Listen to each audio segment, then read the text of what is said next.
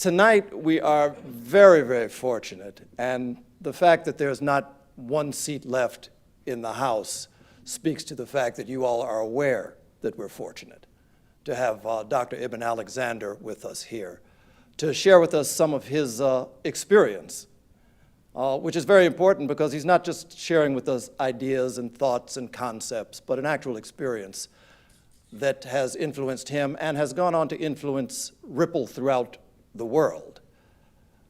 As you all know, Dr. Alexander had an experience, near-death experience, an out-of-body experience during which he was able to perceive certain things about the nature of the afterlife and its relationship to this world we live in now. It's quite interesting.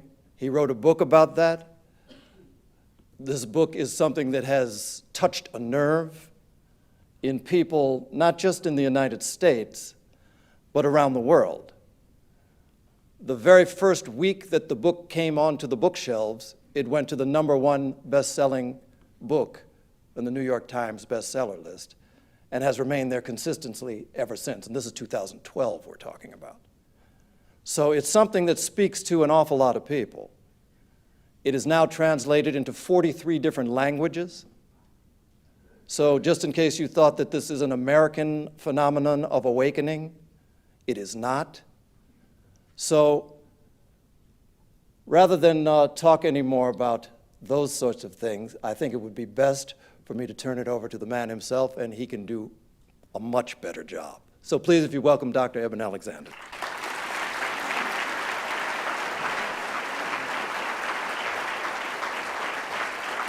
Thank you.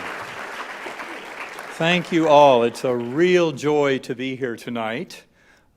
This part of the country I've been to several times to give talks on my experience, and always find that there is a very open world here in the Chicago area, and I've been up to Minneapolis and other places in this region, and it's very heartwarming to me how awake this part of the world really is. It's a beautiful gift to be here.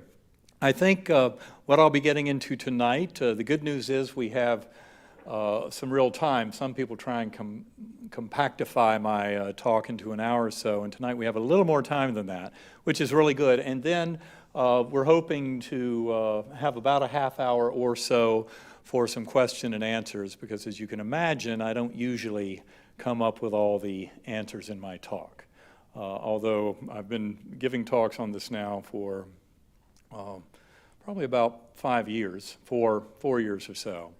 And so I've come to anticipate a lot of the questions, but that usually just means we get better questions. So I'm sure we'll get some tonight. I think to properly get into this, I do need to see a show of hands. How many have not read the book Proof of Heaven? You won't be graded on this, but just a little show of hands. Okay. So probably about half the audience or so. Well, little spoiler alert. I'm going to get into some things tonight that I think have a lot to do with why the book has had the impact it's had. But on the other hand, I'm also going to take you a lot deeper into some of the concepts because there's so much more to it than is there in the book Proof of Heaven. And that is something that I think a lot of people who've read it, especially spiritual journeyers, realize there's so much more to this story. Turns out when I took the original manuscript to New York, and this was something that had not started out as a book for the general public. In fact, when I first came back from my coma, for one thing, my brain was devastated. And I'll get into that in some detail. I think that's an important feature because people have a way of looking at me up here and saying, well, he can't have been that sick. But the doctors who hear the story, and certainly my doctors to this day, have no idea how I came back. I have no idea how I came back, and yet I can tell you that there's some lessons in there that are beautiful lessons for all of us, because the power is there for all of us to awaken as eternal spiritual beings and come to realize much more what this is all about. And the beautiful gift that brings with it is a tremendous capability for healing in every sense of the word. And I'll be getting into that. And those who've read the book will know I get into a deep discussion there about unconditional love and what it really is all about and what it means. And certainly, I'm sure there are many in this room who have been there. That was one of the things that really shocked me when I came back, because before I started on all of this, I had grown up pretty much in the scientific culture of the 20th century, what's called reductive materialism.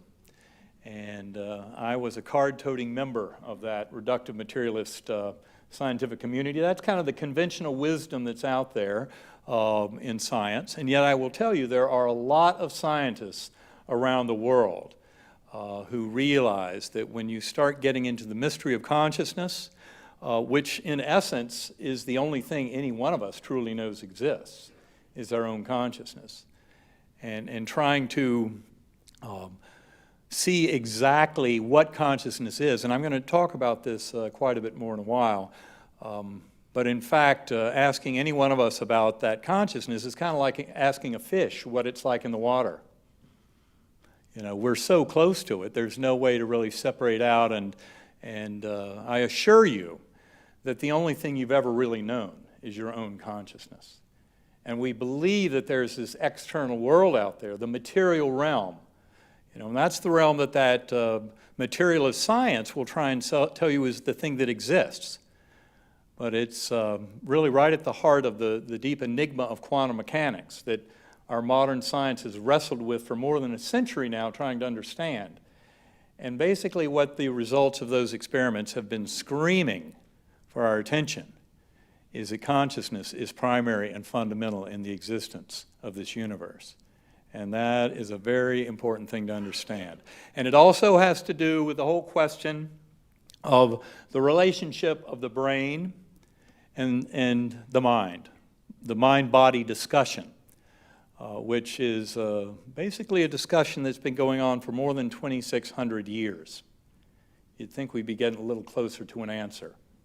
Well, in fact, I think we are getting closer. But one thing my journey showed me very, very clearly is human brain and mind will never have a complete understanding of the workings of that creator and of this universe. And one of the points I make in the book, Proof of Heaven, is that we are probably better off than, say, a chimpanzee when it comes to trying to come up with a theory of everything, but not that much. That's an important thing to remember. But that doesn't get away from the point that by being conscious beings, we have access to far grander knowledge than I ever could have imagined before. And that's because we have access to infinite underlying universal consciousness, which is something we can get to through deep prayer, meditation, many different ways to get there, and that's something else that I'll get into in detail. I'm getting a little bit ahead of myself, because what I really want to do is take you back and give you a little better picture of who I was before, because I think that the arc of my life and of my story in many ways kind of mirrors what all of humanity is going through, and in fact has been going through for many thousands of years. And as I said earlier, I grew up in a very scientific home. In fact, my father, who was very influential in my life, he had grown up in Eastern Tennessee. His own father was a general surgeon. My father grew up in the Depression. He was a combat surgeon in the Pacific in the Second World War. And I assure you, his very strong faith in an infinitely powerful and loving God got him through the brutality and hardship that he saw in New Guinea and the Philippines, and then on up into Japan in the mid-1940s. That faith in God got him through that, and he came back and headed up a neurosurgical training program in Winston-Salem, North Carolina. He was a world-renowned neurosurgeon. So he was very much a scientist. Now for him, there was never any conflict. He knew that the science that he studied so hard didn't hold a candle to the power, wisdom, and love of that God at the core of his beliefs and the nature of this world. And so for him, it was always very simple. You know, science was very small, and the human brain and mind very small, and would never remotely come in the ballpark of being able to prove or disprove the existence of that infinitely loving God. Now, I'm pretty much a child of the 50s, 60s, and 70s. And like many in this room who are of my generation, I grew up knowing that science is the pathway to truth. Now, I'm more of a scientist now than I've ever been. And I also realize that the science that I worshiped before my coma, and I promise you that that pure materialist science, reductive materialism, that in a nutshell says, if you reduce everything down to electrons, protons, quarks, neutrons, photons, subatomic particles, build up the physics, chemistry, biology, the brain, and all of that, you can understand everything there is to understand about the workings of the universe. And the problem with that kind of thinking, the way it stands now, is that that science cannot offer up the first sentence to try and explain to you how the physical brain might give rise to consciousness. That is something I believed and accepted, hook, line, and sinker, because I worship that science. And what I'll tell you is that pure materialism in science, you know, just the physics, chemistry, biology, that is so woefully inadequate, even the first sentence to explain consciousness. That very same conventional science, which still holds the bully pulpit in this world, front page of the New York Times and all of that, in many ways is on the way out. This is all about a far deeper understanding of who we are and a great gift to science. This is all about science and spirituality converging. They're far more powerful together. And as much as one would like to think that science is a search for truth, you have to remember there's kind of an unwritten rule in science, and that is that you cannot invoke any kind of God, any kind of superior intelligence that might be at the core of all that's happening in this universe. And in fact, that's their blind spot. It's very much their blind spot. And that's one of the reasons why they've been struggling and wrestling for more than a century to try and explain the results of experiments in the most proven theory in all of the history of science, and that has to do with quantum mechanics. And I'll talk a bit more about why that's important in a little while. I know some people, when they hear quantum mechanics, they really just want to turn and go the other way. You don't have to know anything about the math or physics to understand what's going on here. All you have to realize is that the founding fathers of quantum mechanics, very brilliant physicists like Niels Bohr and Erwin Schrödinger, Werner Heisenberg, Paul Dirac, Louis de Broglie, even Albert Einstein, although he was dragged kicking and screaming to the end about the phenomenon of entanglement, which he called spooky action at a distance, really kind of haunted him. But I promise you, back in April 1955, he got a real glimpse of how it all works and what it means. And I will get into that. But the other thing to understand about that reductive materialist science that says the brain creates consciousness, it says it's all birth to death and nothing more. It basically also says that we're all automatons. That modern neuroscience will tell you none of us have free will. In fact, they will try and tell you that consciousness itself is a complete illusion. In other words, that it's just those subatomic particles, atoms, molecules in the brain, the cells in the brain, creating this illusion of consciousness, but no, they're just following natural laws. That kind of science is a faith-based religion that actually has almost nothing to support it. And what I mean by that is that spirit, soul, consciousness is the fundamental reality of existence in this universe. And the brain does not create consciousness as much as serve as a reducing valve or filter that allows consciousness in. And as a neurosurgeon who spent more than 15 years at Harvard Medical School and really bought into the conventional model of brain creates consciousness, that's a pretty big admission about changing up my worldview. So what I'd like to do is kind of take you back and take you through my personal story and how I was able to arrive at where I am now. And I promise you, this is very much an ongoing journey. I'm on a vertical part of the learning curve. I feel very much like a kid in a candy store. I mean, this is absolutely astonishing and amazing, but it's really about this whole world waking up to a much deeper truth.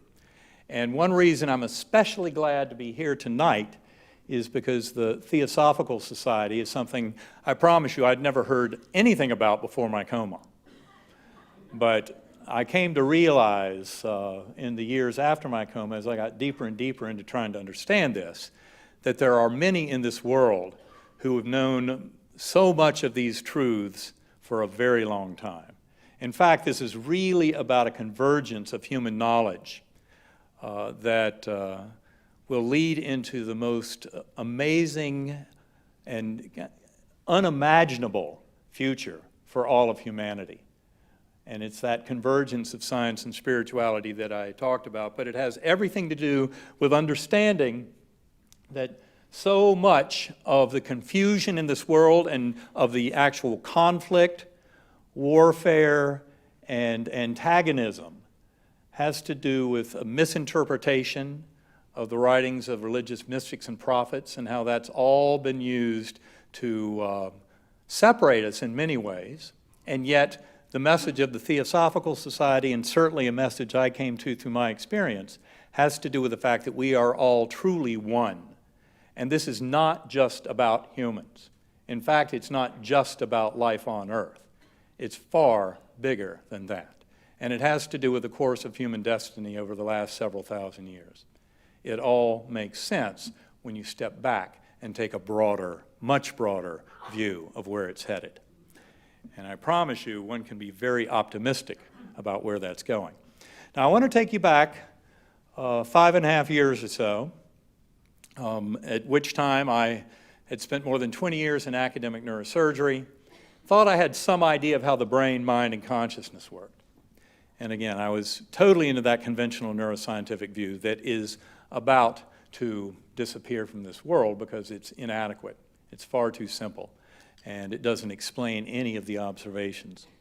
Now, on the morning of November 10th, 2008, at 4:30, I woke up with severe back pain. This was totally out of the blue.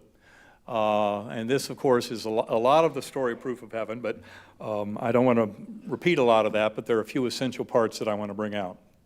And I remember thinking that if I could make it down the hallway in my home and get into a hot bath, maybe the pain would go away. Well, in fact, I got into a hot bath and almost couldn't get out of the tub. The pain kept getting worse and worse.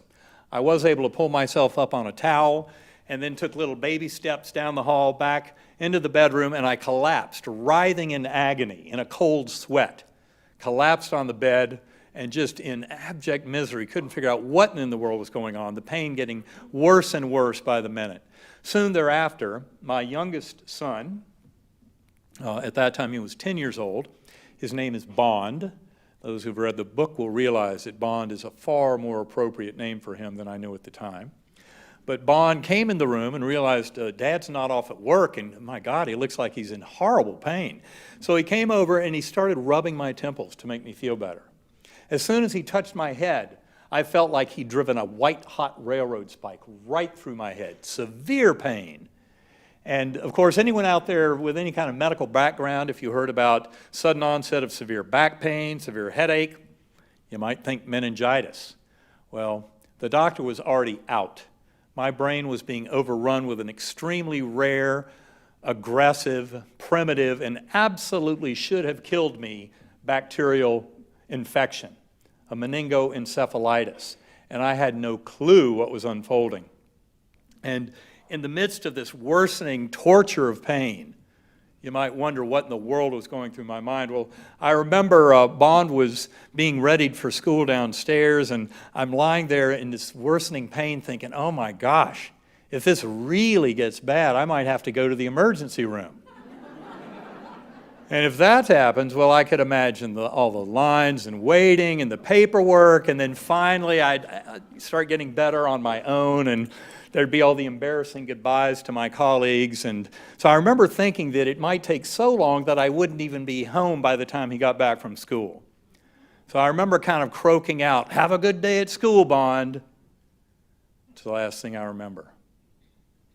I was gone from this world for the next 7 days. Don't remember a thing.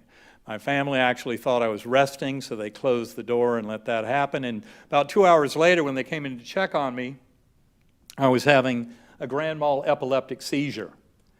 So yes, they called 911, and the EMTs came to our home, and they came in, started some IVs, put in medications trying to break the seizures, and couldn't do it. So they hauled me off to the Lynchburg General Hospital emergency room. Of course, I remember none of this. I remember absolutely zero of the next 7 days from this earthly realm. And when I arrived in the emergency room seizing, I was very fortunate to encounter Dr. Laura Potter. I had worked side by side with Dr. Potter for more than 2 years because I worked in that emergency room as a neurosurgeon. And she didn't even recognize me. All she saw was 54-year-old white male, status epilepticus, in extremis, trying to die on her watch. She knew I was so sick that if she didn't do things very correctly from then on, I might not even get out of her emergency room alive. Now, it turns out that one of the reasons that I'm here today, there are many reasons, but one of them has to do with the fact that my older son, Eben IV, had been trying to get me in shape. He had climbed a 20,000-foot volcano in South America a few months before my coma, and he wanted to take me down there to climb it, so he'd been trying to get me in shape. No mean feat, I assure you. And we'd been working out a lot, and that, I'm convinced, was a big reason why I'm still here today to tell the tale.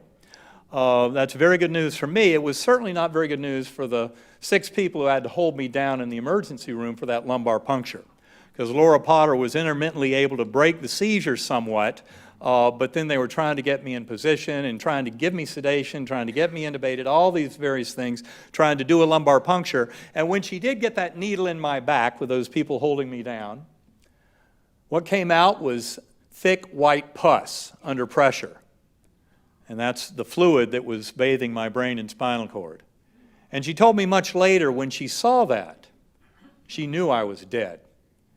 And the reason is she very quickly got a report back from the lab that I had gram-negative bacterial meningitis. And that fact, combined with the fact that I had gone into coma in less than 24 hours, in fact, I had taken about 3.5 hours to go into coma, and those 2 facts alone give you a 10% chance of survival from that illness, 10% or less. So that was the rosy prognosis Monday morning, the first day of coma. And it only got worse. They put me on 3 very powerful intravenous antibiotics, put me on a ventilator, up on the medical intensive care unit. On the second day, they found out that it was E. coli. Now, if you do a medical literature search on spontaneous E. coli meningitis in adults, somewhere around 1 in 10 million or less per year. It's extremely rare.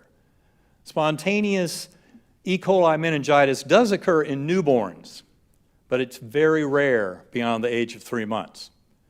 You can imagine how I have to defend my level of maturity, but that's just something I have to live with. And it turns out that through that week, the doctors had seen the last evidence of the human part of my brain, the neocortex, the outer surface of the brain. That's the part that's very specifically attacked by anytime you get a meningoencephalitis. And in fact, it's really that diagnosis that's the big gift here. And it's the reason the medical community and scientific community has taken my story so seriously. And you'll hear how the logic of that unfolds. I am often asked to give talks to medical groups, nursing schools, med schools, surgical groups, etc., because they get where this is all really going. Now, I do have to give credit out there. The nurses have always understood. Okay?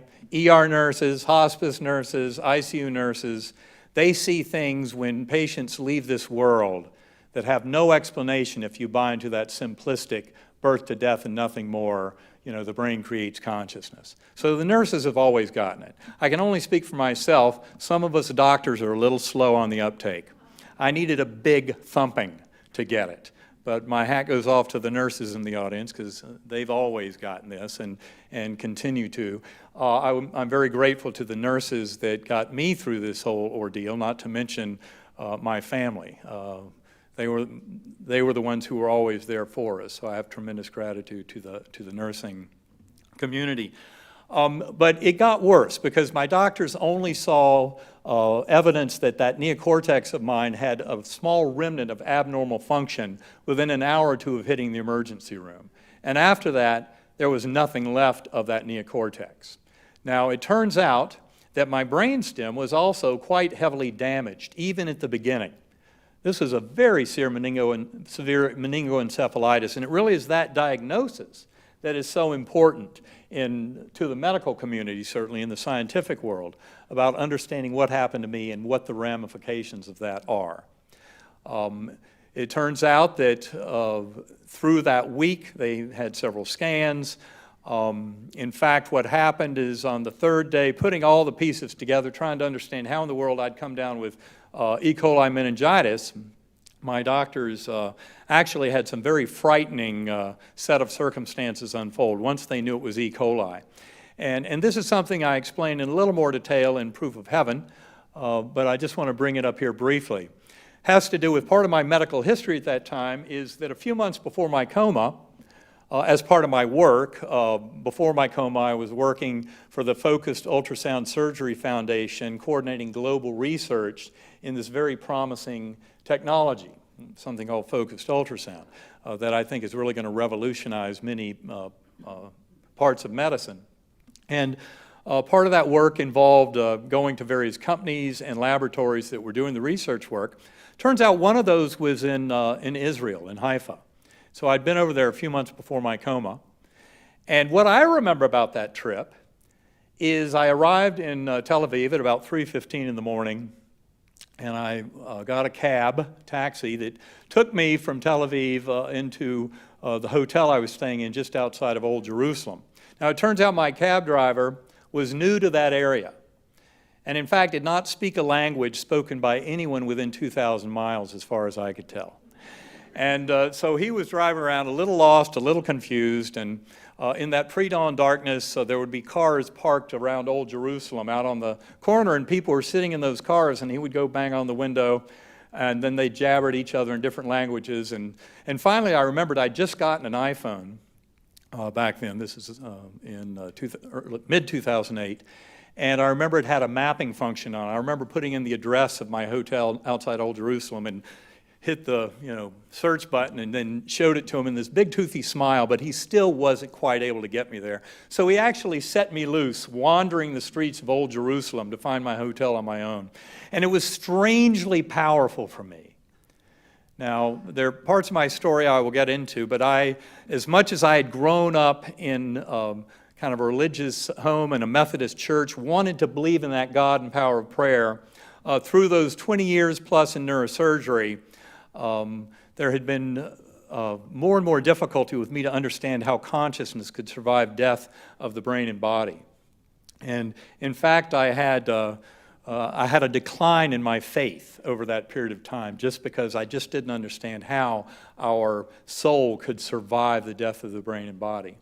And that was punctuated in the year 2000 because I had a particular event in my life that had to do with a fundamental feature of my upbringing that I'll get into later on in the story. But suffice it to say for now that what happened to me in 2000 ended up putting me squarely into a very agnostic category. So I spent 8 years of my life very agnostic before my coma. And that's why it was strange that in this trip to Israel, wandering around the streets of Old Jerusalem in the pre-dawn with the birds singing and the twilight coming up in the east, I stumbled on the Via Dolorosa and was amazingly moved by the power of that walk in trying to find my hotel. That was the part that I told my family about when I came back. That's not the part that got my doctor's attention. What got their attention was they knew, as they were questioning my family about my medical history in the first 2 days after I got at the hospital, that while I was in Israel, The worst case scenario, that giant nightmare for doctors, infectious disease specialists around the world, had occurred in the Tel Aviv hospital. And it has to do with something called the Klebsiella pneumonia carbopinamase, or KPC gene, that had first surfaced in a bacterium in 1996 in North Carolina, killed that patient, but it was carefully isolated. The problem with it is that that gene confers complete antibiotic resistance on the host bacterium. And that gene surfaced again in New York in 2000, in Paris in 2001. Each time killed the patient, was carefully isolated in a hospital setting, did not get out, but the word was out there among physicians and all those who take care of infectious disease that this gene was very, very deadly. And potentially, the thinking was if it ever moved into a bacterium in a patient that was a ubiquitous bacterium, like E. coli, and got out in this world, it could create a situation that would make the Black Plague look like a picnic, because it would be so devastating, completely unresponsive to any known antibiotics, and it takes more than 10 years to develop new antibiotics. So that would be just a horrific situation. The problem is that very event had happened in that Tel Aviv hospital right around the time I was there. And so the concern was that maybe I had brought that back, because what my doctors knew is that that KPC gene had surfaced in Tel Aviv and for the first time in history had migrated into a patient's other organisms, because those bacteria are very prolific. They can trade genetic material between species. And in that case in Tel Aviv, it migrated into an E. coli. And thank God they were able to contain that. That patient died, but they were worried that I might have brought that back to the U.S. And you can bet that had them very, very frightened. Now, as the week went on and I did not respond to antibiotics, that was their big concern. Now, it turns out by day 7, things were starting to turn around finally. My white blood cell count was coming down a little bit, but the problem was I had no neurologic function left at that time. They were at a point of doing brain death criteria. That was the next step. And it had only gotten worse during the week, so in fact they held a conference that Sunday morning, day 7 of coma. They had a conference with my family where they said, well, you know, he started this week with a 10% chance of survival. Now we're down to a 2% chance of survival. And if he's in that lucky 2%, best case scenario, that he'll spend a month or 2 in this hospital, then be transferred to a nursing home in a persistent vegetative state and die in coma a few months later. So the recommendation was, why don't we stop the antibiotics? And that was indeed what they did. Now, it turns out it was a few hours after that that I started coming back to this world. And my doctors were right. I was extremely ill from this and should not have survived at all, and should not have had any experience at all, much less any memories of experience. And that's one of the reasons why my story has captivated the scientific and medical worlds by storm, is because I had an unbelievably robust, hyper-real experience that I'm going to describe to you in some detail. And it should never have happened, according to everything that we know. Now, when I did come back, my brain was wrecked. No words, no language, no recognition of any of those beings around the hospital bed. My mother, sisters, sons. Absolutely no clue what this universe was. But I knew where I'd been. I remembered completely, full well, the journey I was returning from, even though I remembered absolutely nothing during any part of it of Eben Alexander's life before coma. No words, no language, none of the religious concepts, certainly none of the knowledge of all those years spent in neurosurgery studying brain, mind, and consciousness. Every bit of that was completely deleted for this entire experience, which makes it a little bit atypical when you look at other near-death experiences. But I was amnesic for the life of Eben Alexander, and it took me many months to even begin to glimpse how and why that might have been the case. My default understanding early on was that, well, of course, I had this severe bacterial meningitis that destroyed the neocortex, the human part of my brain. So it made perfect sense that I didn't have any memories or knowing of my life before coma. Turns out the reasons for it go quite a bit deeper than that. But that was my working model for a long time, that such a severe neocortical destruction would erase all the memories. But it turns out that that set the stage for a very powerful journey with tremendous lessons in it. Now, what I knew full well when I came back was the entire journey. That journey started in a place that I call the earthworm's eye view. Very primitive, coarse, unresponsive realm, like being underground or in dirty jello. I remember this sensation of lots of roots or blood vessels around me.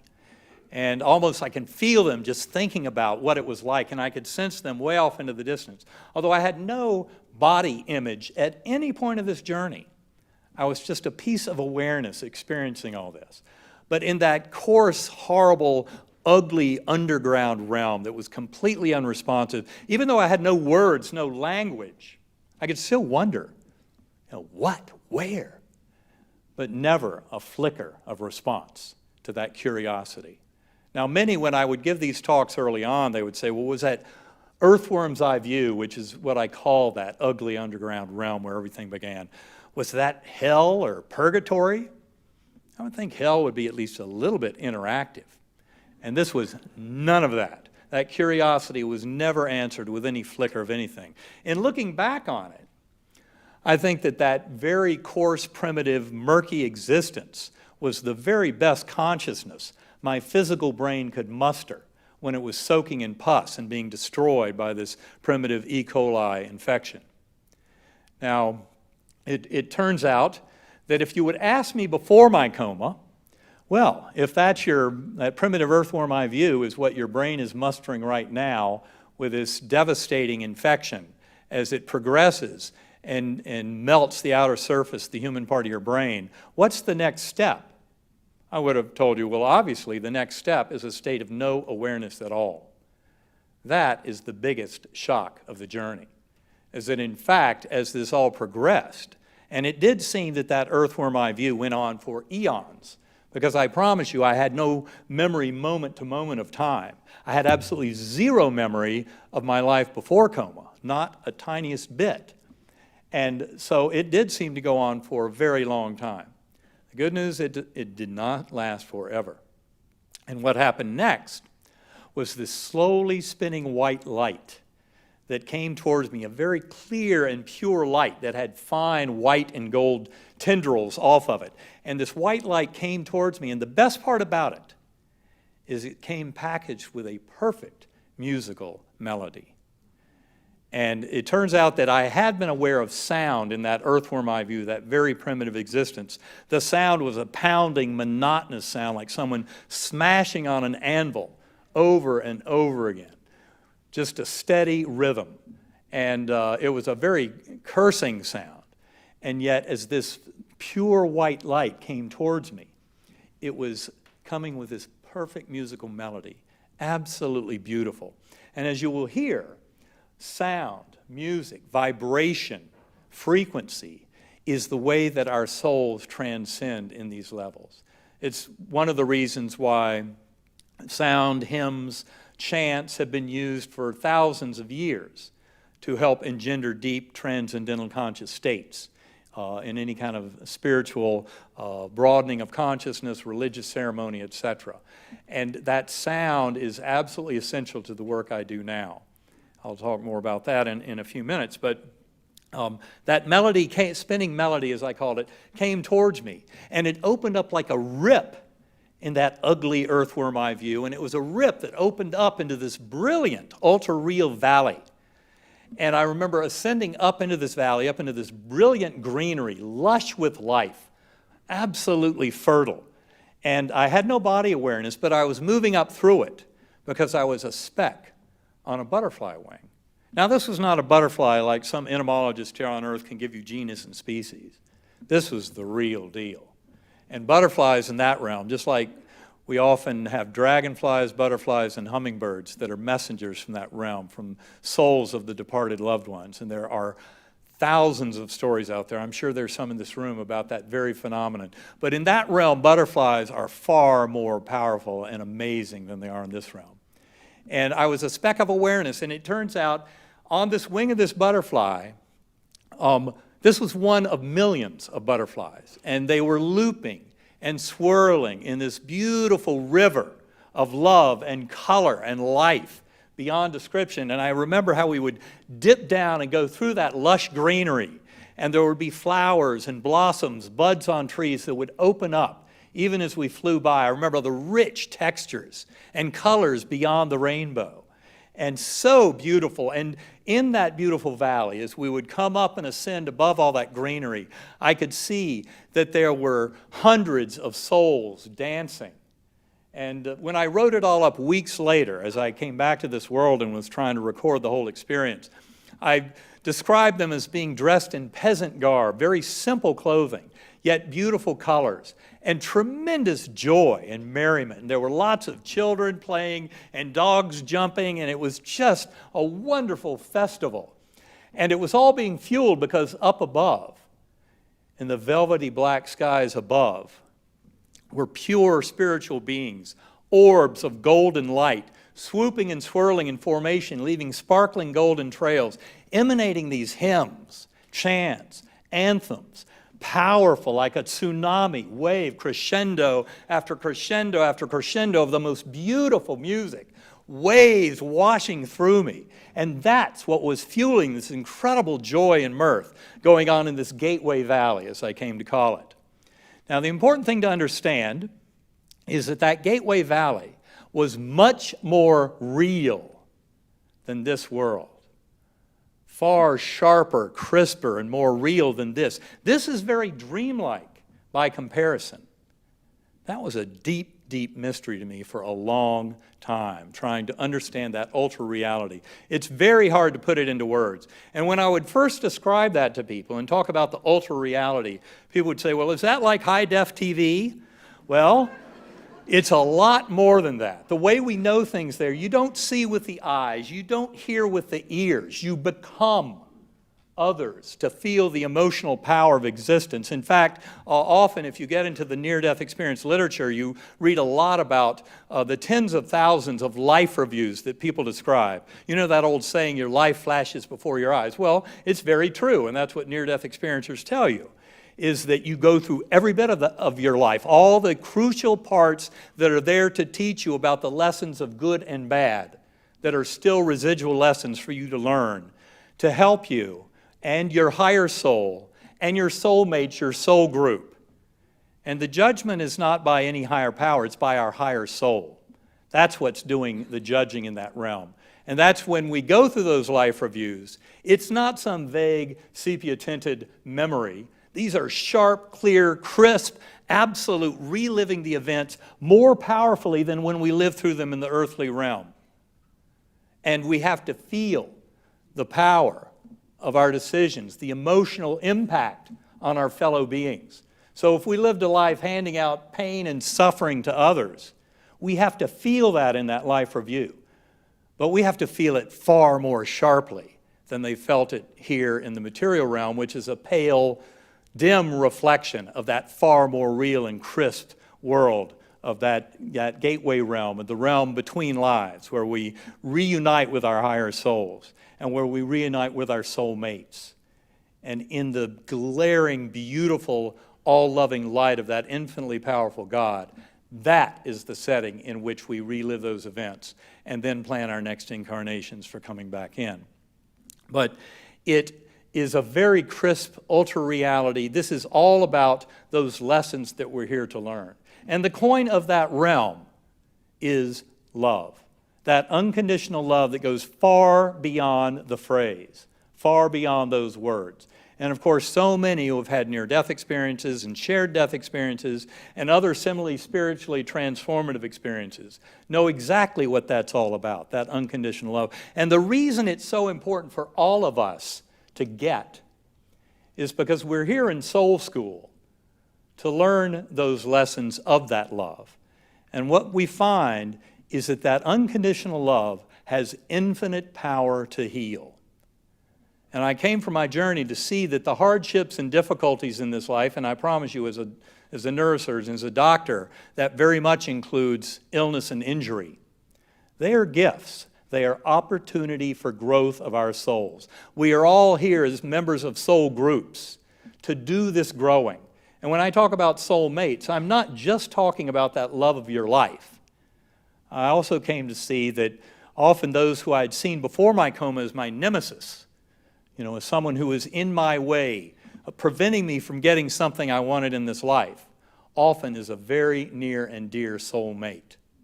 And I came to see the power of that love, that unconditional love, to heal. It heals the individual, it heals the soul group, it heals all of humanity, it heals life all around this world, and it heals consciousness throughout this universe, because there are many sentient beings in many civilizations throughout all of eternity, throughout this universe. This is a much bigger party than I might have ever thought before. And this is all part of our joining that much bigger awareness and knowing of consciousness in its grandest sense. Now, it turns out that in that beautiful Gateway Valley, that ultra-real valley on that beautiful butterfly wing, the best part about it, I wasn't alone. There was a beautiful girl, and I promise you it doesn't get better than that. And it turns out, I'll never forget the way she was sitting, the way she was dressed, the way she looked at me. And she looked at me with this very loving smile that transcends any of our words of love and our uses of romantic love or the love of parent and child, any of the kind of love that we have here, love for all of humanity. This is the love that transcends it all, is that unconditional love that we encounter there. People who have near-death experiences, even if all they do is touch briefly, glimpse that unconditional love, it changes their life forever. So don't let the simplicity of that phrase lead you astray. It is infinitely powerful. It's something that we all know because all of our souls have been there before and go back, and we cycle through again and again in our ascent. Now, another thing that's very important to understand is that time flow in that gateway realm is very different from time flow here. That's one of the reasons why those life reviews, the memories are not just vague memories, but very strong, powerful learning opportunities where the goods and bads of our life and what we've done to others, feeling the impact of our decisions on others, is so hyper real. And we go through it, like they say, flashes before your eyes. And the amazing thing is it doesn't take anything of Earth time. It could happen in a second, or it could take a century to unfold. It doesn't matter. Because time flow and causality in that realm is a much higher order than in this realm. And that's why often when I talk about reincarnation, some people get a little worried and say, well, wait a minute, what if the love of my life gets tired of waiting for me and they reincarnate before I get there? I promise you that doesn't happen. Because this is really all about love, and it's all about the relationships that we have. This is all about learning in soul school and growing as we do.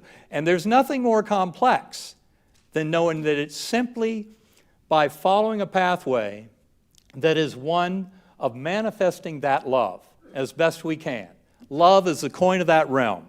And the more we can serve as conduits of that love, because our very consciousness is a direct, absolute connection to the divine, infinite healing power of that all-loving source. And by serving as conduits for that, and allowing the love to come through us to our fellow beings, to show compassion, forgiveness, mercy, acceptance. That's all that matters. And that's what these lessons are all about. And that's how our souls ascend, is by getting closer and closer to that perfection of that love and ascending towards that oneness with the divine. Now, it turns out that this beautiful girl on the butterfly wing, as I said, she never said a word. She didn't have to. Her thoughts came straight into my awareness. Now, of course, I had no words or language, so it was pure conceptual flow. But when I wrote it all up a few weeks later, when I came back to this world, I put those thoughts down that had come to me directly from her with that all-loving smile. And this is, in my view, the central message of Proof of Heaven. You are deeply loved and cherished forever. You have nothing to fear. you will be taken care of. And nothing to fear is very, very critical, because I saw very much, in my view, how this was not a battle between good and evil, between light and darkness. In fact, there's plenty of evil and darkness in this world, but it's not a force that is against love and light of that infinitely powerful Creator. We simply serve as channels to bring that love and light into this world, and it displaces the darkness and evil. The darkness and evil are plenty real in this material realm, and you can also encounter them in those lower spiritual realms, such as I did in that earthworm eye view. The important thing to remember is when you know and fully know that you are a divine, eternal, spiritual being directly connected to that all-powerful creative deity, you have nothing to fear. And that is all you need to know. When you believe that and know that, it enables you to bring that lightness and love into this world in the face of darkness and evil as we perceive it here, and to do so in those spiritual realms and ascend higher and higher towards that oneness with the divine, with the soul group, and all that our souls are doing to ascend to those levels. Now, it turns out that there was another message that she gave me in addition to these messages of unconditional love. And this is one, in retrospect, I wish I had embellished on a little more in the book. You can do no wrong. And of course, I get in a little bit of hot water over that one when people just get to the book and read that far and they go, wait a minute, we can do wrong down here. Well, the reality is she meant it. You can do no wrong, as long as we realize that we reap what we sow. If we hand out pain and suffering to others as part of the lessons we're trying to learn, we're going to end up either making amends in this incarnation or having to live through the pain and suffering on their behalf in that life review. There is no need for an eternal hell. And in fact, that life review provides plenty of impetus for us to learn the lessons of that love and then plan that next incarnation with our soulmates and come back in here. But you can do no wrong, knowing full well that we are here to learn and teach those lessons with our soulmates. And again, the lessons have everything to do with that love, have to do with knowing that we are eternal spiritual beings through multiple incarnations. And for those of you who grew up like I did in a Christian faith, I promise you there's a tremendous amount in original Christianity that fully supports reincarnation. And I, believing as I did before my coma that brain creates consciousness, I'd never paid any attention to the near-death experience literature. I also did not realize that there's a very strong scientific literature on past life memories in children. In fact, the arch skeptic and scientist Carl Sagan admitted that one of the features of what he called psi or paranormal phenomena that had way too much evidence and demanded a much deeper explanation was past life memories in children and the evidence that it brings for reincarnation. A lot of that work has been done by the group at University of Virginia, Karen Newell and I work a lot with that group now, and some of the work we do with Sacred Acoustics. But it turns out that the work of Ian Stevenson and more recently of Jim Tucker about past life memories in children fully brings out the reality of that. That reincarnation is real. Then you have to go and explain, well, how in the world does that happen?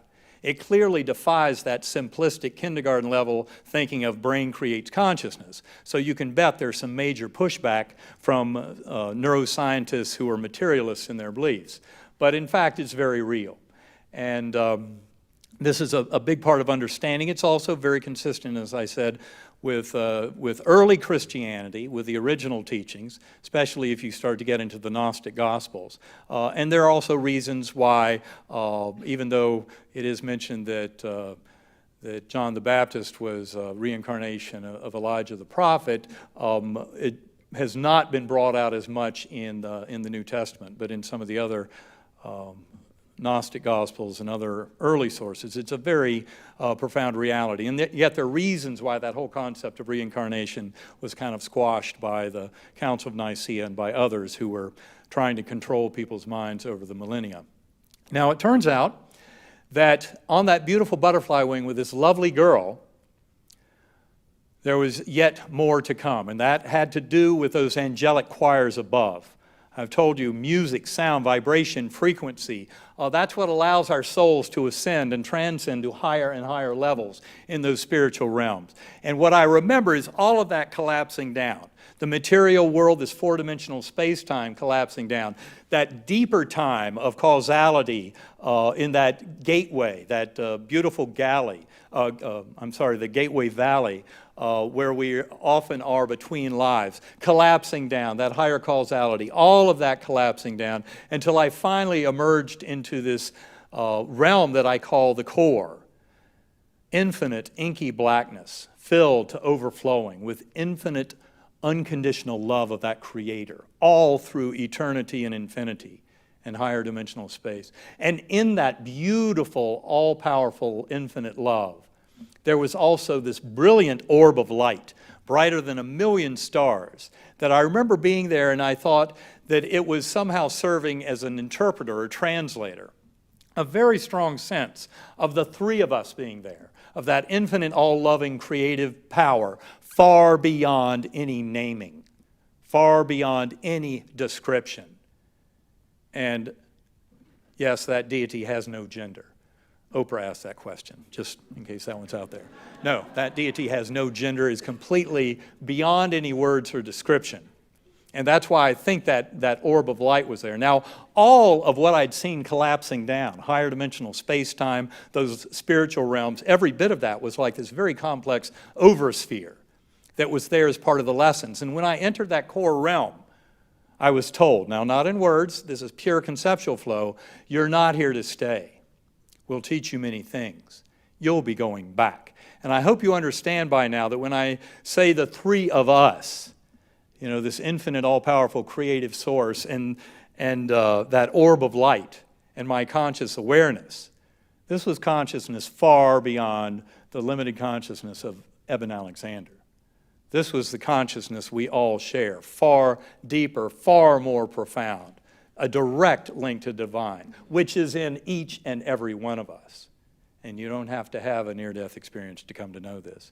Deep meditation and centering prayer, that's why I do so much of the work with sacred acoustics, is to help take that to the next level and help people to meditate in a much deeper fashion, because that is how we can come to know these much deeper truths.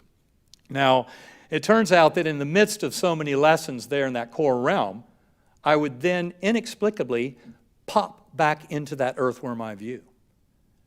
That was a real shocker. How in the world did that happen? I'd go right back to square one, to that very primitive, ugly underground with the roots and blood vessels around me. But I very quickly came to realize that by remembering the musical notes of the melody, and I would go through those notes in my mind and go through them like a chant, and by going through those musical notes, that spinning white light would come back and would come towards me and would open again like a rip in that fabric, and I'd re-enter that beautiful gateway valley on the butterfly wing with that lovely girl and all the souls dancing below, all the joy and merriment, and the same reassurance of unconditional love from her every time. And then those beautiful, swooping orbs of light above, which I came to call in my writings angelic choirs. It was clear that's exactly what they were. And yet, once again, that music from those swooping orbs would generate this portal, and I would go swirling on up through higher and higher as all this collapsed down, back into that core realm, always assured you're not here to stay. You'll be going back, but we'll teach you many things. And I cycled through several times. I don't know how many. But then there came a time, I'd even come to believe that back was back to the earthworm eye view. So, no worry. I knew that all I had to do was remember the notes of the spinning melody. And that was my ticket back up into that beautiful, ultra-real gateway valley, and then through the angelic choirs to higher and higher realms and back into the core. But as you can imagine, they weren't kidding. And so there came a time when the notes of the melody no longer worked. I could no longer conjure up that beautiful, spinning, pure light that had been my gateway, my portal up into that gateway realm. And to say I was sad is an understatement.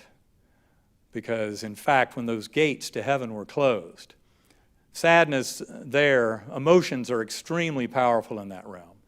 to imagine monsoon rains throughout all of eternity, you can begin to touch on it. But in fact, I also knew by that point that I could trust. I would be taken care of, that I could do nothing wrong, that I was infinitely loved by that all-powerful deity, beyond all description. And in that core realm, I remember the one thing I brought back that I could really bring back to this world was the sound that I heard there. I've told you how sound and vibration are so important in all of this. Well, in that core realm, with that infinite inky blackness, that all-loving, all-powerful deity beyond any naming, I heard that sound of Om, that eternal resonance of all of infinity and eternity. That deep Om sound was what I called that deity when I came back. Because to me, when I was writing this all up a few weeks after my coma, the word God was way too puny a little human word. And I realized that that deity was far beyond any kind of naming or description. That's why, for me, the word Om had no baggage at all. I'd never heard of its use as a mantra in some of the Eastern meditative traditions and that kind of thing. So Om is what I called that deity. Om made perfect sense to me. And it was only much later that I came to realize, people alerted me, that Om actually was a sound that had a lot to do with other religious and spiritual traditions. Now, in this, when I was locked out, when I found that the melody, the remembering the notes of the melody no longer worked to get me into that beautiful idyllic realm. As I said, I was very sad, but I knew I could trust I would be taken care of. And I remember at that point seeing thousands of beings around me in this very kind of misty, murky existence going all around me, these beings. And they were all kneeling, some with hoods, many with candles, and there was this murmuring energy coming up from them. And the thing that was so shocking is that murmuring energy brought the very same all-loving feeling that I'd come to know in the gateway realm and in the core with that unconditional love of the Creator. And I remember how comforting that was, and all these beings going off around me. And I remember when I wrote all that up a few weeks later, I said what those beings were doing was praying. That's what I was feeling, was the power of that prayer, and how prayer can actually bring the power of that realm right into this realm and can help in our healing, especially when we come to realize that we are eternal spiritual beings. And if we can learn the lessons that the illness or injury is here to teach us, that sometimes there's a way that we are meant to recover from that illness. And that is, of course, the deeper lesson of my healing, because I spent several years completely mystified. My doctors to this day will tell you they have no explanation whatsoever for how I had a complete recovery within about 3 months, when they were basically certain I had no chance of recovery at all, other than surviving for a few months and then dying. And for those who want to hear more about that, I often steer people to that beautiful book that helped me to start glimpsing how this healing can happen. It's a book by Anita Moorjani. It's called Dying to Be Me. A very powerful book. And she had a stage 4B non-Hodgkin's lymphoma, and by all accounts should have been dead within hours of hitting an emergency room in Hong Kong back in 2006. And yet she had a profound near-death experience, and when she made a decision to come back, she knew that her cancer would disappear. And that's exactly what happened. And it was reading her book that I first started to glimpse some of what is at the core of the lesson here about healing, and how we can sometimes manifest physical healing in this incarnation.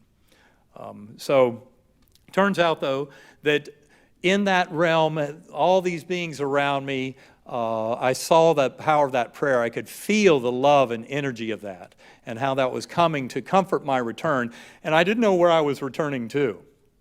Now, I then saw 6 faces, and the 6 faces are very important. They would kind of bubble up out of the muck around me, and they would say some words, and then they would disappear again. Now, I didn't understand any of the words. My brain was very wrecked, and I just didn't understand. It was a lot like if you've seen Charlie Brown's Christmas Story, when the adults talk, wah, wah, wah, wah. It was the same kind of thing. And I remember seeing them, but the faces, I mean, I can remember to this day exactly what they looked like and how they kind of wiggled around. And it turns out within a few hours of waking up from coma, I was able to identify them all. But I had no idea who they were when I was in coma and first experienced them. Now, they were very important. 5 of them were physically there when I was in the last 18 hours of my coma experience before I started waking up. And that was very important because, in fact, that happened at the very far end of a journey that seemed to have gone on for months or even years. And yet it had to fit within 7 Earth days.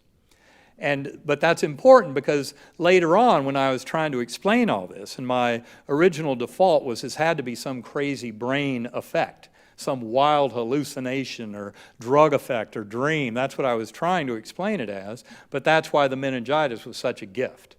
As we went deeper and deeper into trying to explain it, and I went over this with my doctors, went over all my scans and medical records, we came to realize, well, it seemed way too real to be real, as I described it to my older son, Eben IV, who was majoring in neuroscience at the time. When he came home from school 2 days after I got out of the hospital, I told him it was way too real to be real, because it was. And to me, that meant it had to be a trick of the dying brain. But after many, many months and going over all this with my doctors and everything, we came to realize, well, it was way too real to be real because it really happened. But it didn't happen in my brain, and it didn't happen in the physical universe.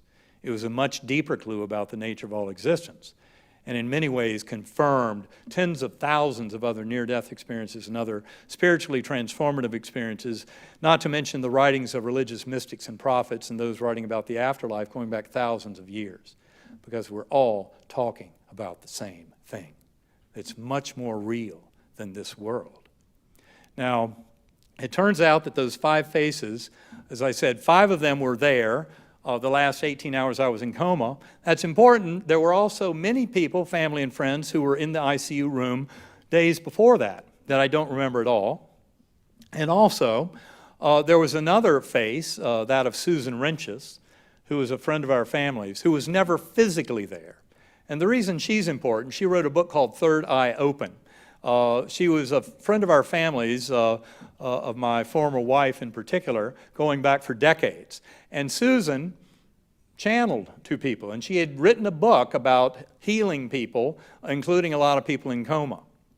And I remember my family had called Susan up and solicited her help on the 4th and 5th nights of my coma. And I remember her face as clearly as if she'd been there in the ICU room like the others, although she was never within about 150 miles of that ICU room. But when I was told that in the hours after I was waking up, as all of this was starting to come back to me, and my earthly memories were starting to come back, and I was told, well, Susan was never here, but she channeled to you on nights 4 and 5 of coma, I thought, so what? Of course she did. I knew in that realm you don't go there physically anyway. But she was very real. Now, it turns out it was the 6th face, though, that really got my attention. In so many parts of this journey, being amnesic for the life of Eben Alexander, not remembering a thing about this earth, this universe, about humanity, etc., it was a real gift. It allowed for a very far journey. It allowed me to be fearless. I had no attachments. I had no memory of any kind of responsibility to any other soul. In fact, for many parts of the journey, I thought, well, this can all continue, or it can cease to continue. It does not matter. And that's why the 6th face really got my attention. It was the face of a 10-year-old boy. Turns out, as I determined later on, it was the face of Bond, my 10-year-old son. That was Sunday morning. He had just been outside the room where they had the conference with the doctors telling my family, well, we're down to a 2% chance of survival. And best case scenario is he'll spend a few months in a coma, get transferred to a nursing home, and then die. So why don't we just stop the antibiotics? They had tried to protect Bond from the worst news during this week, but he had stuck around outside the room during that discussion. He overheard that. He knew it was very bad news indeed.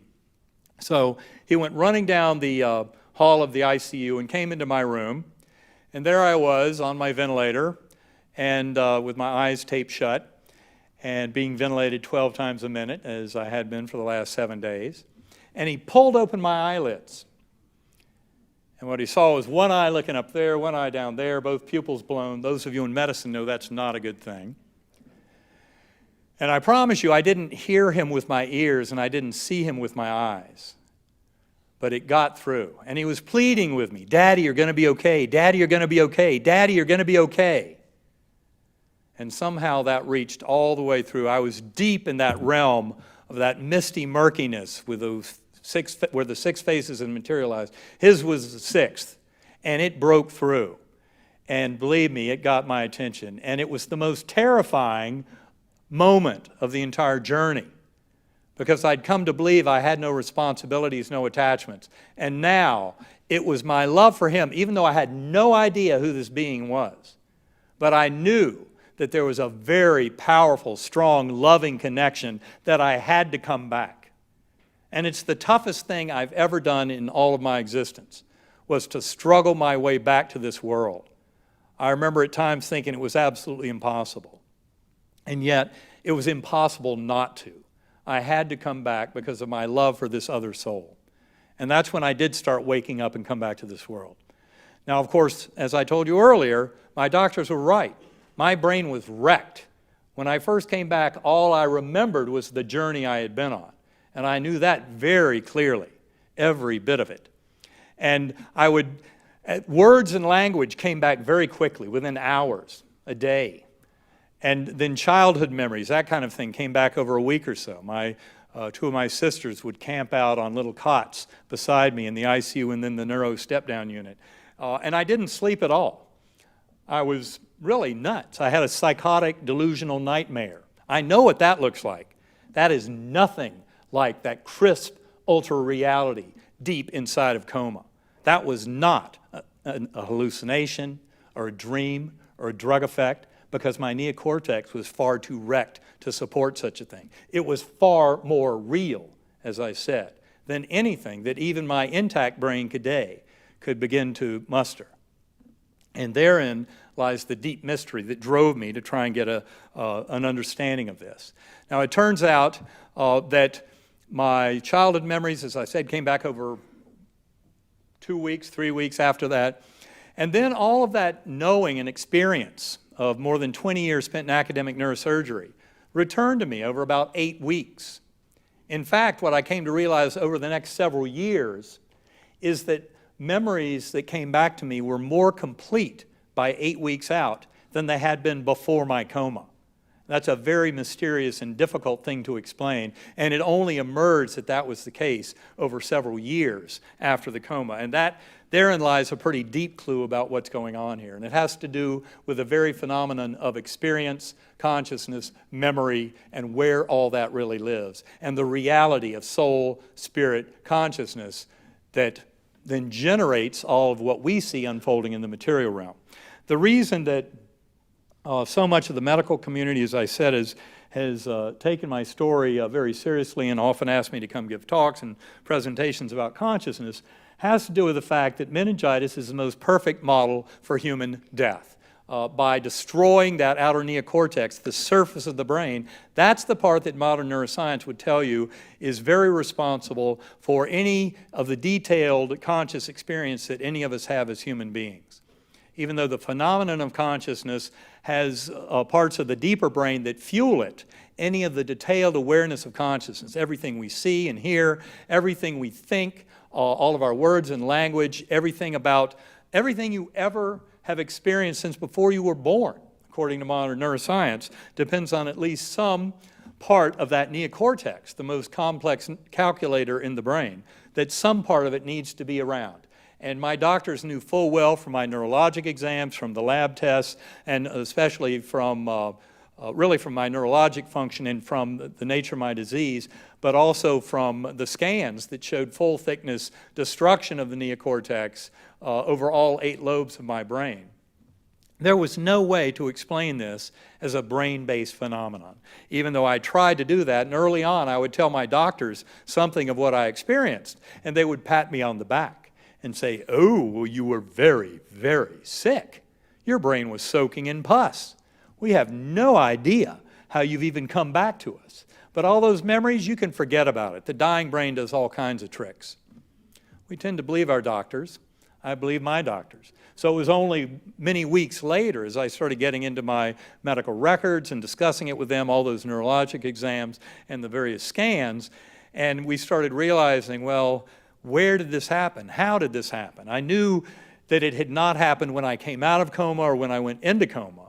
The question was, when and how did it all happen? And that became a very deep mystery to me indeed, and drove me very much into questioning everything I ever thought I had known about the nature of brain, mind, consciousness, and of all existence and reality. It turns out that this kind of disembodied consciousness, or consciousness that's actually much richer when freed up from the shackles of the physical brain, gets us back to the mind-body discussion that, as I said earlier, has been going on for more than 26 centuries. And you can see the names there of some of the luminaries over time that have discussed this: Plato and Aristotle, of course, René Descartes, and others. But it's really something that I had to question very deeply in trying to come to some kind of an understanding of this.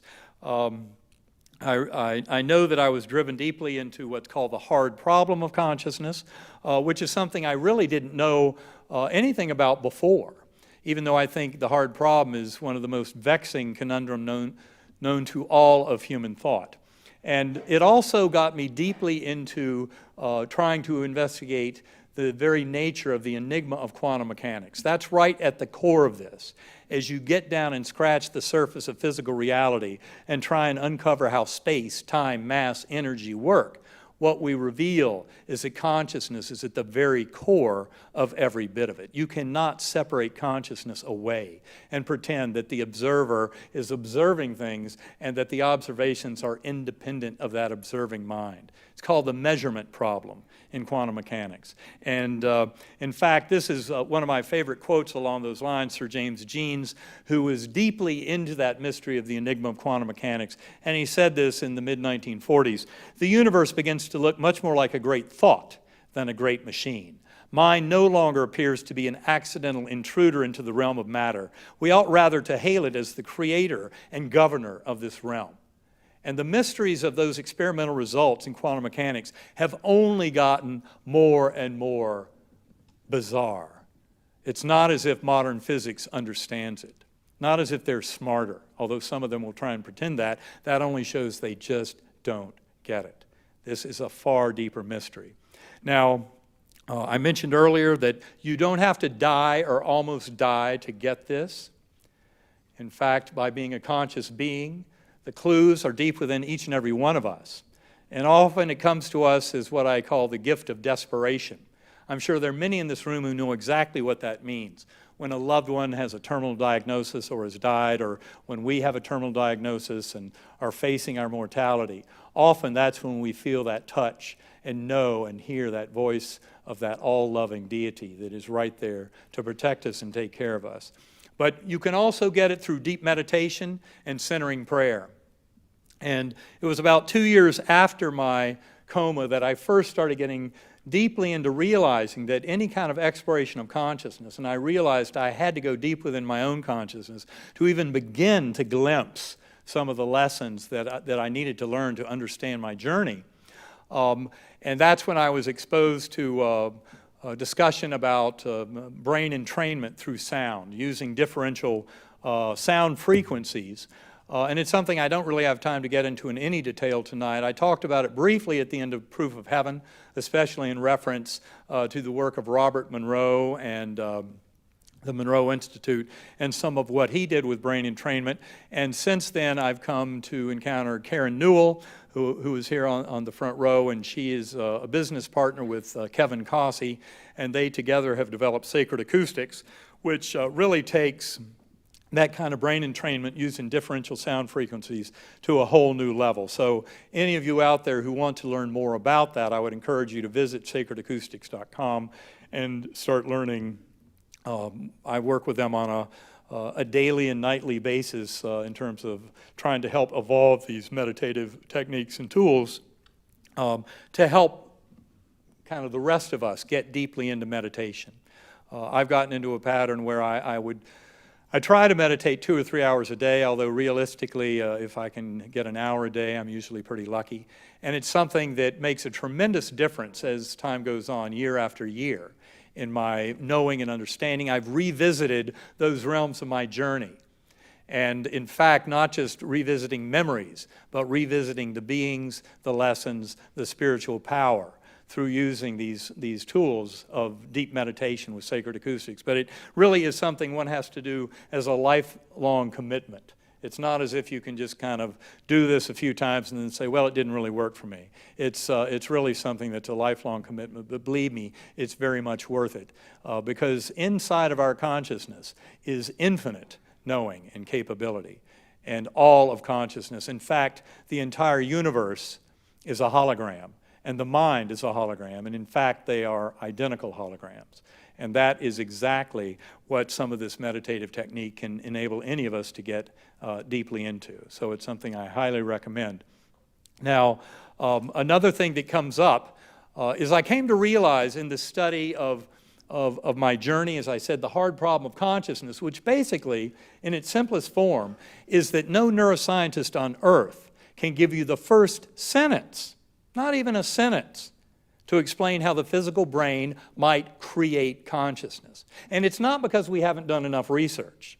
You know, the 1990s were the decade of the brain, and Obama has recently earmarked a significant amount of federal funding to additional study of the brain. The more we study the brain, as many brain scientists and those interested in philosophy of mind and the deepest aspects of neuroscience and of physics have come to realize, the more we realize it does not create consciousness.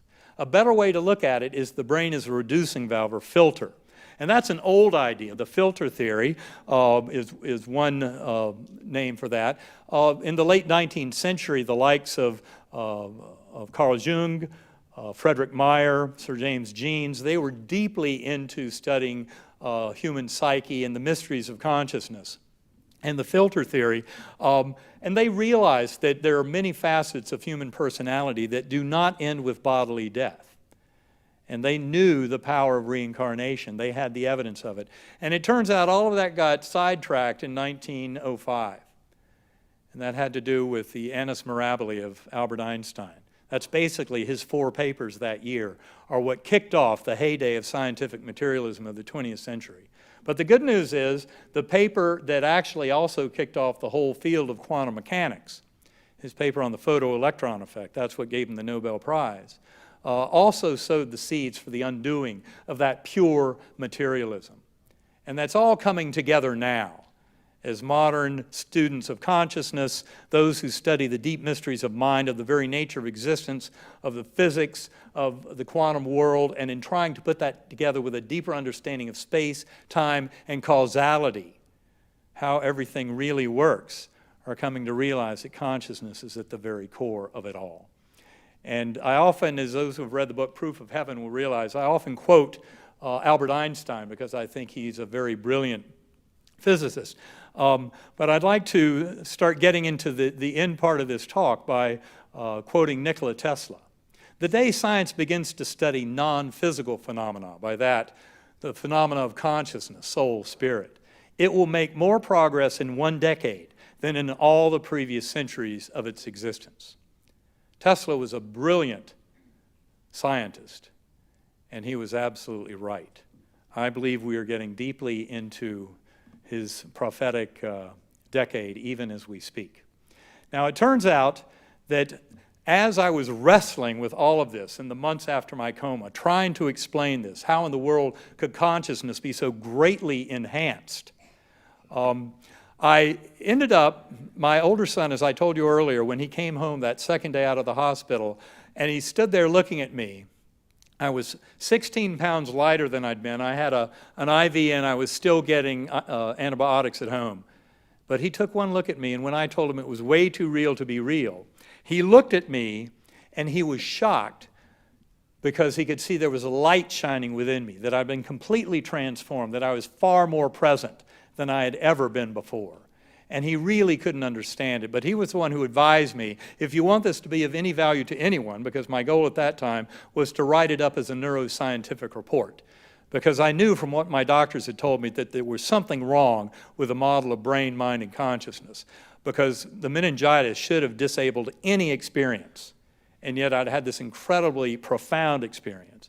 Now, he was the one who told me, well, if you want this to be of any value, you've got to write down your whole experience before you read anything about near-death experiences or about physics or cosmology. That was the last thing I wanted anybody to tell me. I wanted to dive deeply into everything I could read about near-death experiences. I was completely blown away by what had happened to me. I wanted to learn everything I could about what others had been through.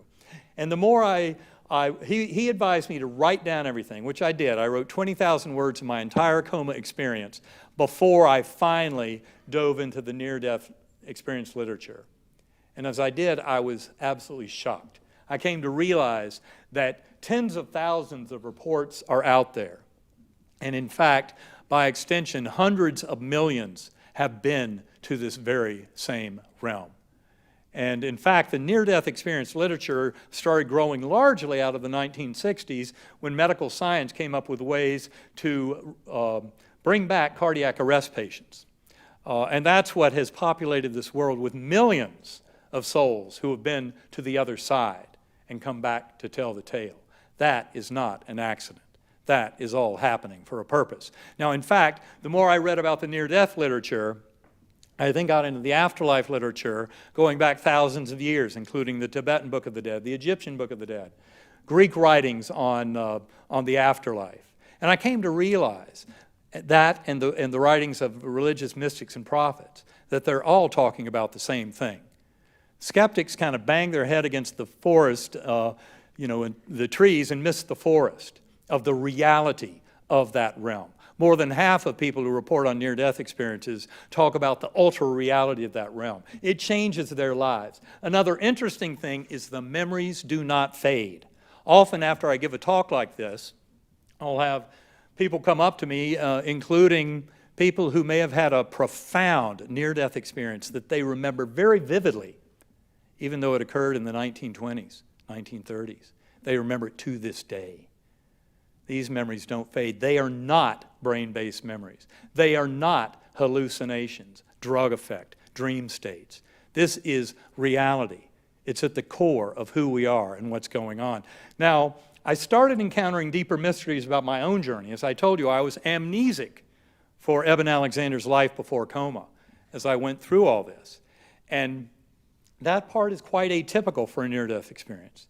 And of course, I originally attributed that to the severe meningitis, destruction of my neocortex. To me, that explained why I didn't remember my life. I know now the explanation goes far deeper than that. But it turns out that months after my coma, I was really wrestling with things as I read more and more near-death experiences. One is, if I had scripted this, first and foremost, my father would have been there. He had passed over 4 years before my coma. This is the father I mentioned to you earlier, combat surgeon in the Second World War, who was a tremendous influence on me, a scientist, and a very strong religious and spiritual influence. And yet, he was nowhere to be found. And similarly, in my view, as I read more and more of this, was the deep mystery on that butterfly wing, that beautiful girl. I'll never forget how she was dressed, how she was sitting, how she looked at me, the way her thoughts came in. You're deeply loved and cherished, all those wonderful messages of unconditional love. I remember her face so perfectly that when I came back, I realized I'd never met her in my life. That was a really deep mystery. And to me, the more I read about near-death experiences, the more I realized how the similarities far outweigh the differences. How my experience very much validated tens of thousands of reports out there of other near-death experiences and of the afterlife literature and of prophets and mystics in their writings going back thousands of years. And yet, who in the world was this beautiful girl? And I was really shocked because I knew I'd been on a profound, very real spiritual journey. Yet why these strange curveballs that my father wasn't there and this beautiful girl who I'd never met? And to answer that question of the shock that hit me, this is the spoiler alert, because this is pretty much how the book kind of comes together. Turns out that 4 months after my coma, I got an answer to all this. And to give you that answer, I have to go back a little bit and give you more of my personal history. Part of my story that was absolutely essential, and that for much of my life was something that didn't make much sense to me, is the fact that I was adopted. My birth mother was a sophomore in high school. My birth father was a senior in high school. And there was really no way for them to get together. And as my birth mother found out to her chagrin over several months, as much as she wanted to keep me, her own father was unemployed, he couldn't hold a job, she had 2 younger sisters at home. As a 10th grader, there was no way for her to bring a baby into that house. North Carolina had very strict laws and about adoption and all that. And so, in fact, she, by 4 months out, figured that she had to put me up for adoption. The handwriting was on the wall. So she had to let me go. Now, it turns out that, like many adoptees, I would wonder about my birth family, and I would sometimes write letters to the children's home as I was growing up, wondering, is there any sign of my birth mother out there? And those strict North Carolina laws were there to prevent any kind of reunion. In fact, I heard of examples where birth dates were changed just to make it more difficult for anyone to find their origins. And turns out I couldn't have been more fortunate. I was adopted into a very loving family that honored all my hopes and dreams, and I couldn't have been luckier. So I'd let it go. I'd learned, okay, people made agreements back in 1954, and they were just living by those agreements, and that's fine. I let it go. Turns out, as so many things in our lives, there are those things that make no sense for the longest time until we look back and see how maybe it was all part of a much deeper lesson, especially some of those hardships and difficulties. And likewise, there's some events that seem very trivial when they first happen, and yet they have tremendous magnitude. One of those events has to do with the fact that my older son, Eben IV, I've already told you about him, he was the one majoring in neuroscience in college when I was in coma. Well, in the year 2000, he'd been in 6th grade, and he came home with a school project, and that was on family genealogy. And I remember he came to me and told me about that project, and I told him a few stories about our adoptive family history, and he said, "Dad, you just don't get it. This is about your biological heritage. We need to know more about your adoptive family, about your birth family." And I remember just thinking, okay, gosh, I'll humor him. And so I wrote another letter to the another letter to the children's home in the year 2000. And I remember it was a Friday afternoon during a blizzard. I was taking Eben. We lived in Boston. I was working at Harvard Medical School at the time, and I was driving Eben up to Maine to go skiing. And I remember thinking, oh yeah, Betty, the social worker, said if I call her today, maybe she'd have an answer. I fully expected to get the same answer I'd always gotten, no, your birth mother's not out there, forget about it. I called her up, and she said, why, yes, I did find something out. Are you sitting down? Well, I was driving through a blizzard, but I was sitting down. Your birth parents got married. I cannot tell you what a shock that was. Never had that thought crossed my mind that they might have gotten together. And Betty said, there's more. At which point I did pull over to the side of the road. And she said, they had 3 children, but your youngest sister died 2 years ago. That would have been in 1998. And they're still grieving her loss. So it's not a good time to come back in their lives. That was that trauma I told you about in February 2000 that sent me into 8 years of pure agnosticism. I didn't recognize what a hit that perceived rejection was at that time. It was only months later when people started pointing out to me that I'd stopped taking my 2 sons to church. I stopped saying prayers with them at night. And I came to realize that the biggest casualty of that perceived rejection was it wiped out any last hope that there was a loving personal God or any power to prayer. And that was gone from my life for 8 years. I promise you my coma journey changed all of that forever. Well, it turns out that 7 years after that, in the summer of 2007, walking on a beach in South Carolina with 2 of my sisters, they said, well, don't you think it's about time you reached out to your birth family again? My first thought, no, because I recognized at that time how that perceived rejection in February 2000 had really kicked me over the cliff. My whole life had started to spiral downhill, and it took me a long time to figure out what had happened and to try and reverse that flow and come back to this, into existence and be there for my family and friends. But it turns out that they were right, and it was time. So I wrote another letter. This was in summer 2007, to the children's home. And this time got a very positive answer. Yes, we'd love to meet you. All of this is described in detail in the book Proof of Heaven, so you can get a lot more background there. And it's a beautiful story, a wonderful reunion.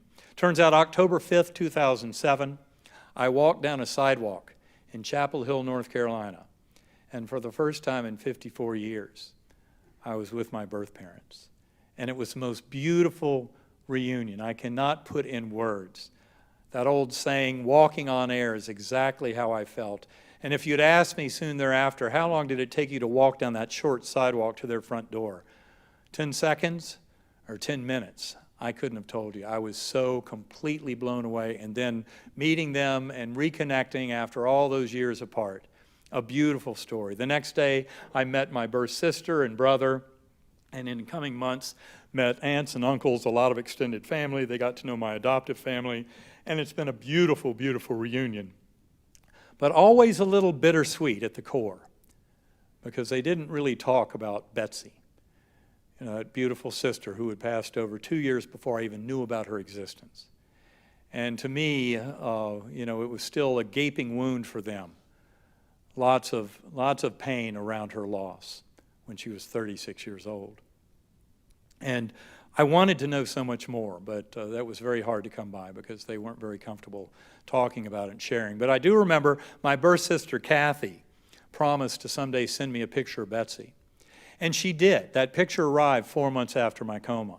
And I remember pulling it out of the envelope, and she had emblazoned this poem across the picture. And it's a beautiful poem. The poem is in the book Proof of Heaven. It was written by David Romano. And it's called When Tomorrow Starts Without Me. And I remember I started reading that poem, and tears started filling my eyes. And I was just overcome with this incredible grief and emotion over the tragedy, just collapsing on the floor, just this horrible tragedy of losing this beautiful sister, long before I ever even knew of her existence. And I remember putting that picture up on the dresser, and the next morning I was in that room reading Elizabeth Kubler-Ross's book, Life After Death. She has a beautiful story in there of a 13-year-old girl who has a profound near-death experience, is in coma, and she encounters her brother, and he serves that same function that the beautiful girl on the butterfly wing served for me, bringing that message of unconditional love, and he helped her to come back to this world. And as she came back and she was explaining it all to her father, and she said, "But I don't understand, I don't have a brother." And he said, "Well, you did have a brother, but he died 3 months before you were born, so we never told you about him." And that's when I looked up on my dresser and I recognized that picture of my birth sister, the beautiful girl on the butterfly wing. And it's almost like she was looking at me as if to say, "Do you finally get it?" And it was taken 3 weeks before she left this physical world. And it's exactly how she looked at me on that butterfly wing. And I cannot tell you how powerful. That changed everything forever. And I'd like to close by just reminding you of that beautiful message that she gave me that really is a message for each and every one of us, because we are one soul. We are one consciousness. This is all about all of us and all of this world. And it's time to get together and overcome those false boundaries of separation. You are deeply loved and cherished forever. You will be taken care of. You have nothing to fear. Thank you very much.